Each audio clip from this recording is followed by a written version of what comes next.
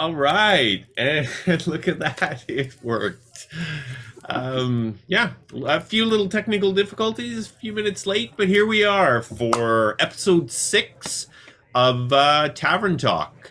Hello, my name is Colin, and this is our little show where we, the Roll by Roll gang, discuss various aspects of running a great D&D campaign based on our experiences with D&D 5e and our current adventures in Emathan homebrew campaign. Tonight, joining me as always, the rest of the Roll by Roll crew. We have Barry, who plays Nightingale and Landis. Hey, everybody. And we have Egan, who plays Don't Knock Me Down Douglin, and Lafferty. Hello, hello. So with that out of the way, let's jump right into our topic. All right. So during last Saturday session, finally, our Adventures in Emathan session, the party returned to the city of Evendor and Tionchar Winery. There were a lot of loose ends in the city and the winery that the party needed to jump right back into. Believe it or not, guys, it had been 7 sessions since the party was there. You want to take a shot at what month you were last in the city of Evendor? Like real time or game time? Real time, in the real old world. January. Yeah, close. February. The beginning of February. So, so that had to be, that was a little bit of time. So everyone had to dig pretty deep into their notes to remember what was going on and what they needed to do once we got back there. So tonight we thought we would talk about notes. DM's notes, players' notes, pre-game notes, in-game notes, post notes, notes. Notes. A lot of notes. A lot of notes. All right, so to kick things off, Barry, I'm going to throw a question at you here. Did I start with you last time? Yeah, you start with me every time. Okay, I'm going to start with Egan this time then. So, Egan, do you take notes? If so, why? And if not, why not? Okay, so there's a lot of layers to this answer. He's going all onion. Yep. The answer is yes. I do take notes. However, one of the things we will talk about is what bad notes could also mean, and how you take them at the time and you think you know what you're talking about, and a couple weeks later you look at those same notes and go, what does that mean? So I think at the end of the day, notes are a fantastic way to build the world, right? We do sessions in which we have interactions, we have, role play and all that stuff, but a lot of what is not done in session finds itself in the wiki and information there that really helps develop and complete the world, which is, of course, an ongoing pursuit.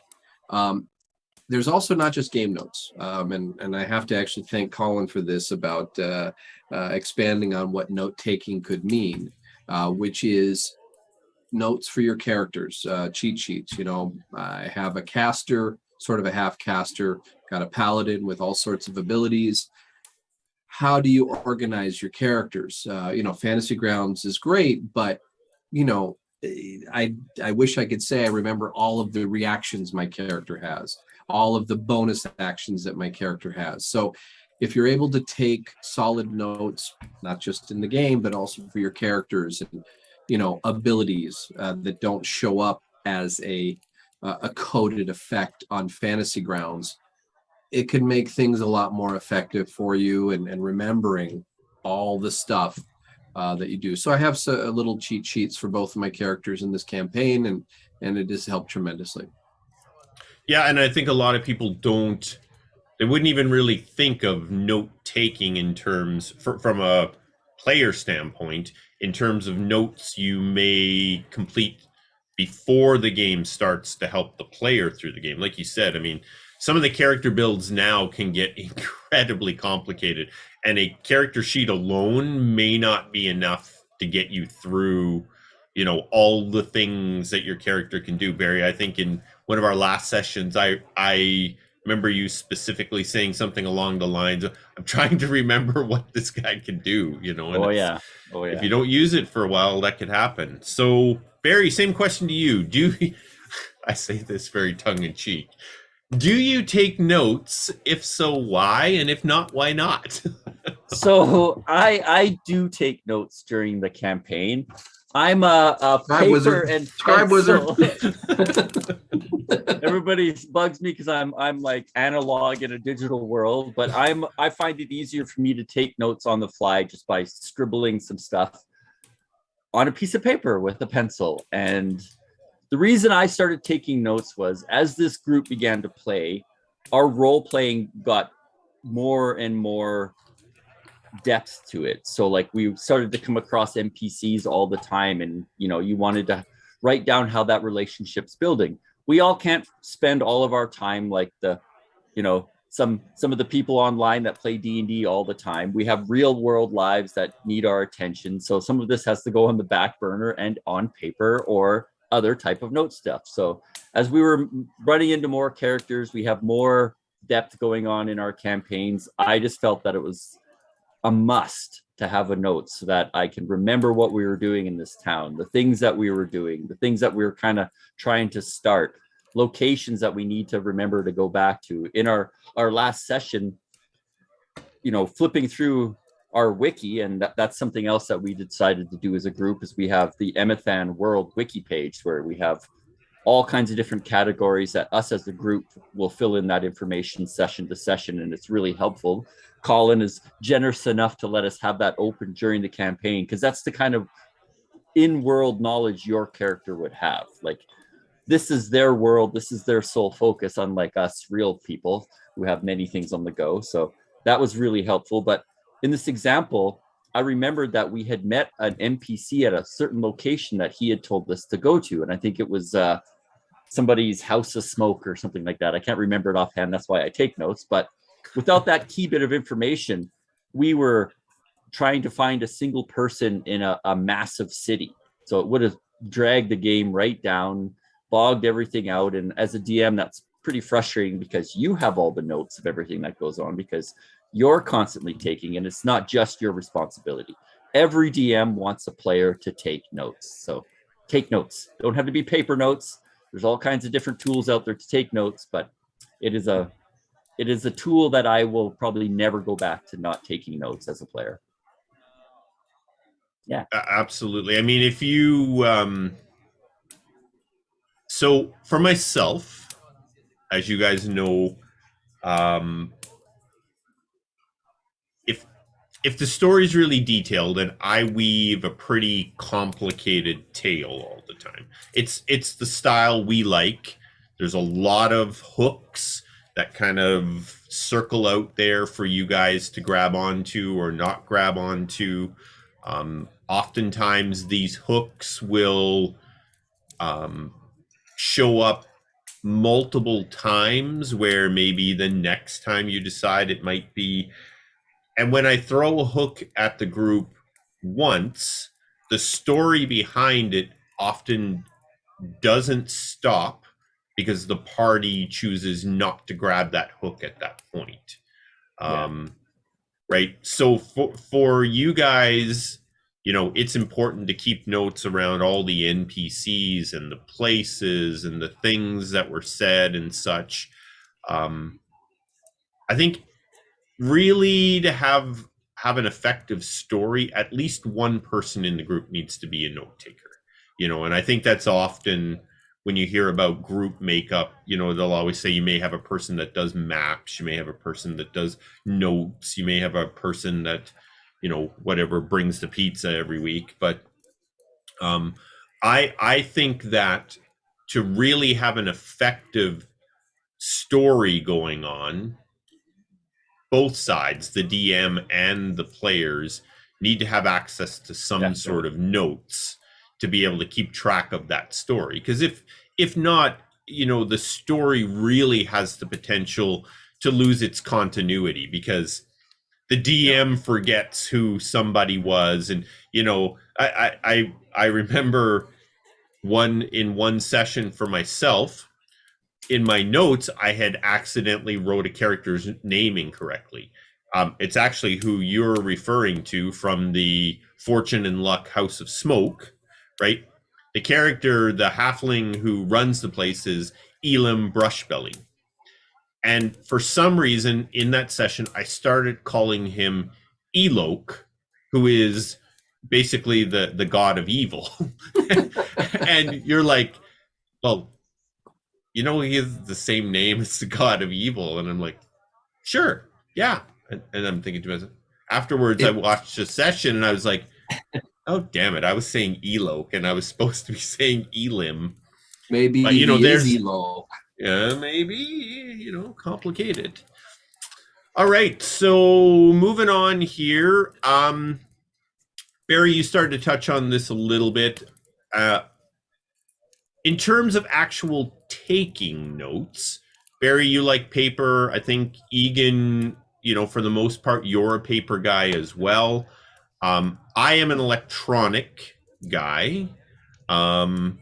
But, like when we're in session, I have, reusable paper and a reusable ink pen because sometimes you just got to scribble something down or, you lose it in that moment. Egan, why paper over electronic? I actually do both. I do a little bit of both. By the way, it will depend on your setup, if I may. Sometimes it is tough to have a keyboard and a Word document open while you have Fantasy Grounds over here, you got your camera over here, you got your character, whatever. So, work with what you have. Obviously, pen and paper usually is easily accessible, even with the online tabletops. So recently I kind of went back to strictly electronic because the way I have it now, I'm able to kind of keep it in front and type while I'm listening to the story. However, as you said, having pen and paper handy, a quick name jot while you're talking, because that's the other thing too. You want to be part of the story. Yeah, you want to stay immersed. Yeah, it might be my turn to speak, and if I'm sitting here writing notes, so make it convenient, make it to where it's at least the main points, and you can always circle back with the DM to have clarification. And that actually is one of the things that we're trying to do more off session is Barry and I try to piece the things together. And then if we're missing information, we'll shoot Colin a text, an email, or a Discord chat, say, hey, who is Elok? Who is this character in this smokehouse here? And that helps us, kind of clarify things. But I will, full disclosure, I have written stuff down and had no clue what it meant 2 weeks later. Like literally no idea why I wrote that. So I'm imperfect. I apologize. Yeah. So Barry, paper over electronic. Well, clearly I'm a paper guy. And, Egan, you hit the thing, like the style in which we play being a virtual table, real estate on the screens you have is valuable. So like I have a 2-screen system. One is completely dedicated to Fantasy Grounds. The second has the wiki page open, Discord open, and the Zoom session so I can see everybody's reactions. And that's it. I'm not a tech person. I don't know hotkeys or whatever. Everybody's probably going to laugh at me for saying all this stuff. So I can't jump back and forth. And plus, I'm not a really strong typer. So if I was to take notes and try to type and keep up with how fast information is going, I would lose everything. And it would be, I'd be like, wait a minute. Yeah, I got these two are my typing fingers. So like for me personally, paper is what works best. And, generally if the amount of notes I have to take is where we are, who we're meeting, something key about that person that for me will help trigger some type of, recall about that character. And then valuable pieces of information that we're picking up that are relevant to the stories that we're interested in. And that's it. Like my notes are very, very simply sketched out. Important stuff's bolded. Nothing is spelt correctly because their notes are for me. So it doesn't matter. Doesn't matter. It doesn't matter. As long as I can read it and understand it, that's all that's necessary. So that's the only reason I do paper, is because it's the way I can keep up with how fast information moves in our sessions. Like if you've ever watched one of our sessions and Colin gets on for the 45 minutes doing the recap of what happened last session, you will understand that 45 minutes. We are a seriously role play heavy group. We love to dig into stories. We love to find out about characters and build and feel we're really influencing this world. So like Colin said, the DM has to take notes because Colin is trying to make a living world for us. That's why if we don't take a plot hook, that plot still keeps carrying on. So if we pick it up later, now it's a completely different thing, because that story has been bubbling away and building, and they've killed the hostages now that we were supposed to rescue. So now it's more of a revenge plot instead of the rescue plot when we first got there. So for the DM side of it, like it's fabulous that our DM does this, because we have a world that is constantly changing and nothing is just frozen in time when you're not there, it just makes that immersion way better. And so again, to honor all the work that goes on behind the Dungeon Master screen, I try to take good notes. I am not a fabulous, speller. I'm not a writer in any sense, but it's super easy to just create your own little system. The valuable information gets plotted down in paper and pencil, and at the end of the day, we kind of know what's going on at the next session. Which is very useful. Indeed. Yeah, so I am an electronic person when it comes to my notes. And Barry, I think that I am a good typer, so I think that is probably one of the reasons I like electronic, because I can. So I used to use Kanka back in our last campaign. I was using Kanka, which is an online campaign manager. I really liked it. The only thing I didn't like about Kanka is I couldn't do my work offline. You had to always be online in order to do it. I use OneNote in my life in general, in working and personally. So I just basically moved my campaign management into OneNote. And the things that I like using in terms of using an electronic method is I can link all through my notes, right? So Helpful.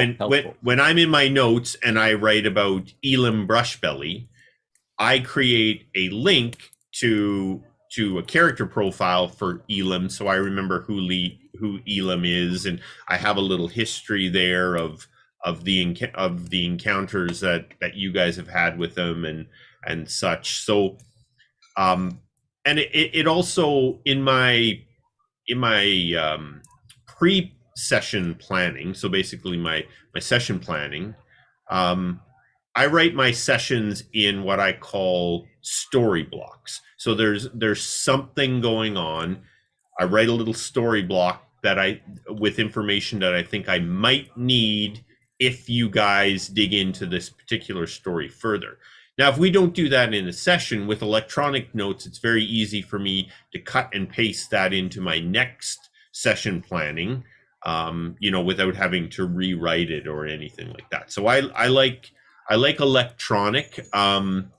At the end of the session, so session planning is electronic. My session notes, I already mentioned, I'd scribble stuff down on here, because if I start typing a lot and I'm trying to talk, you guys hear that, and I don't want that going on.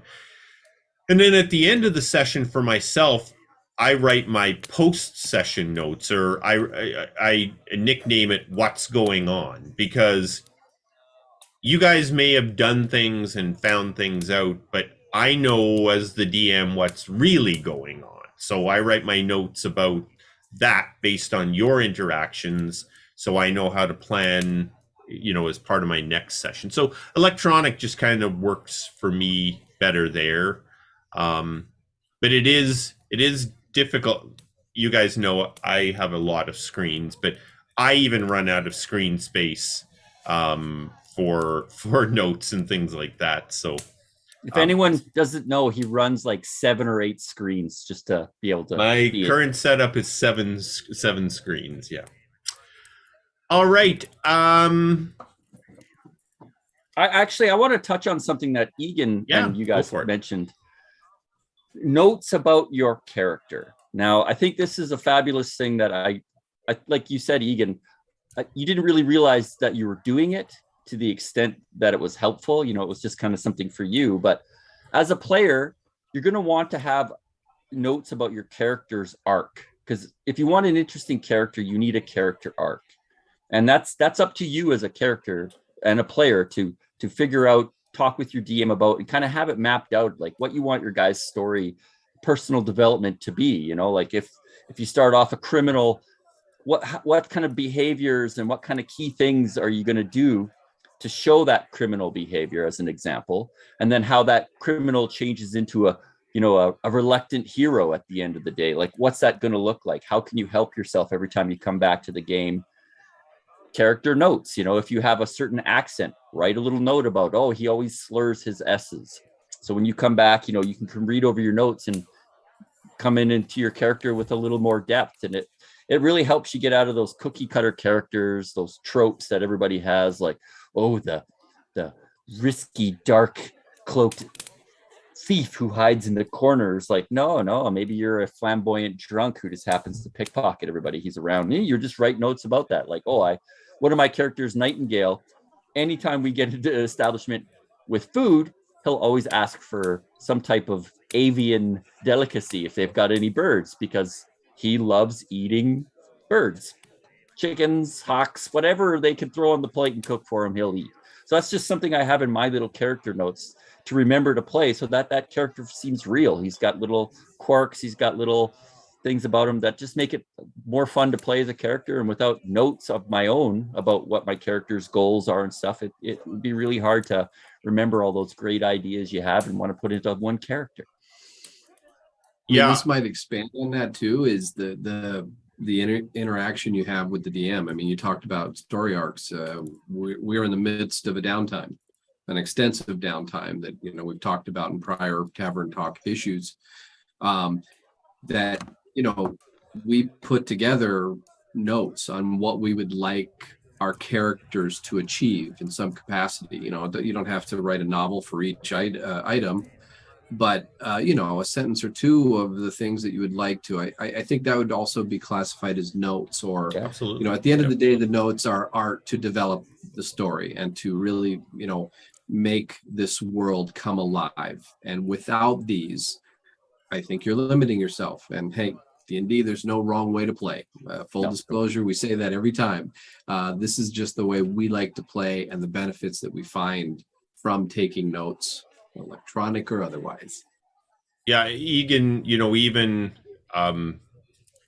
every 3, 4, sometimes 5 sessions or so, I will just ask you guys, what are the top 3 to 5 goals you have for your character right now, right? You guys will write them out and send them to me, help make sure that I'm sort of scripting the right thing, or I actually, a better way to, just so I'm seeding the right things in your path that you may or may not be interested in. But that becomes part of your notes, right? It's like, oh, I got to remember these goals that I said I was after, right? So it's more than just what you're writing down in session. Yeah. I say this almost every other Tavern Talk. We all need to remember that this is a cooperative game, DM and players. So, like all of this note taking, all of this communication that we are constantly reinforcing to our viewers is to help create a better story. It's not the DM's job to create the entire story. If you don't give him anything to work with, he's just going to take shots in the dark and hopefully something lands that sticks. Whereas if we give him information about the certain things we're after, then it just makes that story more of what we want to play as players and more exciting for the DM, because you're not having to put a lot of work into things that nobody is interested in. So communicate is the key. Yeah. Colin, can I ask a question? I know we use the wiki. I've seen Legend Keeper as well. Do you know other sort of frameworks that can be used for these things? Oh, there's lots of them out there. I mean, World Anvil is a big one that a lot of people do there. That's sort of wiki and planning together. I just saw a new one that I wanted to, it's called Goblin Notes or something like that. There's a lot of different campaign managers out there that you can, you can, and some of them like Kanka works as a wiki slash campaign manager. I do like that idea, but we decided to have a. The problem with them, with some of them, is if you want to let, we stream our sessions and wanted to give the ability for people to go in and look at this wiki so they can better understand what's going on in the campaign. And a lot of these campaign managers, they allow you to add other people, but then the amount of access they get or don't get is difficult sometimes. So yeah, you wanted to make it accessible to whoever wanted to take a look at it, to enjoy. Yeah, that's kind of why we moved. Yeah, that's why we moved away from Kanka for this campaign. Our massive fan base needed to be able to get access to our wiki, so it was all of our fan. Yes. Product of necessity. And they're related, so it's okay. All right, so little wrap up conclusion there. Egan, why don't you last thoughts on note taking? I will strive to be a better note taker because it has been an incredible tool. There again, I will reiterate, Barry found, because someone took the notes and uploaded it into our wiki, it saved us, I can't tell you how long, because we needed to get in contact with a very, very important NPC. And had he not taken the note and put it on the wiki, who knows where we would have gone. And we were able to find it. So lesson learned, take notes for so many positive reasons for the story building. Barry? So as the group note taker, I just want to let everybody else know that has their campaigns and their groups. Just because you have one note taker doesn't mean it's only one person's responsibility. Like, we have a wiki, so it is a pool of information. If I'm working along on notes and I've got a name, I'll bounce it off Egan to see what he remembers. He'll share information with me and we'll just build it that way. It's just easier to have a dedicated note taker in your group so that information isn't lost in the role playing that's going on. So I just happen to be the note taker, but we all take notes together, whether it's mentally, on computers or whatever. And it just, as a whole, it makes it a far more fun and creative experience. Yeah, absolutely. So for myself, I think that notes from a player standpoint, even from a DM standpoint, the amount of notes and the importance of your notes is really going to be dependent upon how many layers are in your campaign stories. If everything is very straightforward, you might need to write down the occasional NPC's name to remember this here. You're headed off to this dungeon or that dungeon. But, if you run a campaign that has a lot of winding threads that come and go, notes are going to be pretty important on both sides of the DM screen to keep all of that together. So I love notes. I have lots of notes.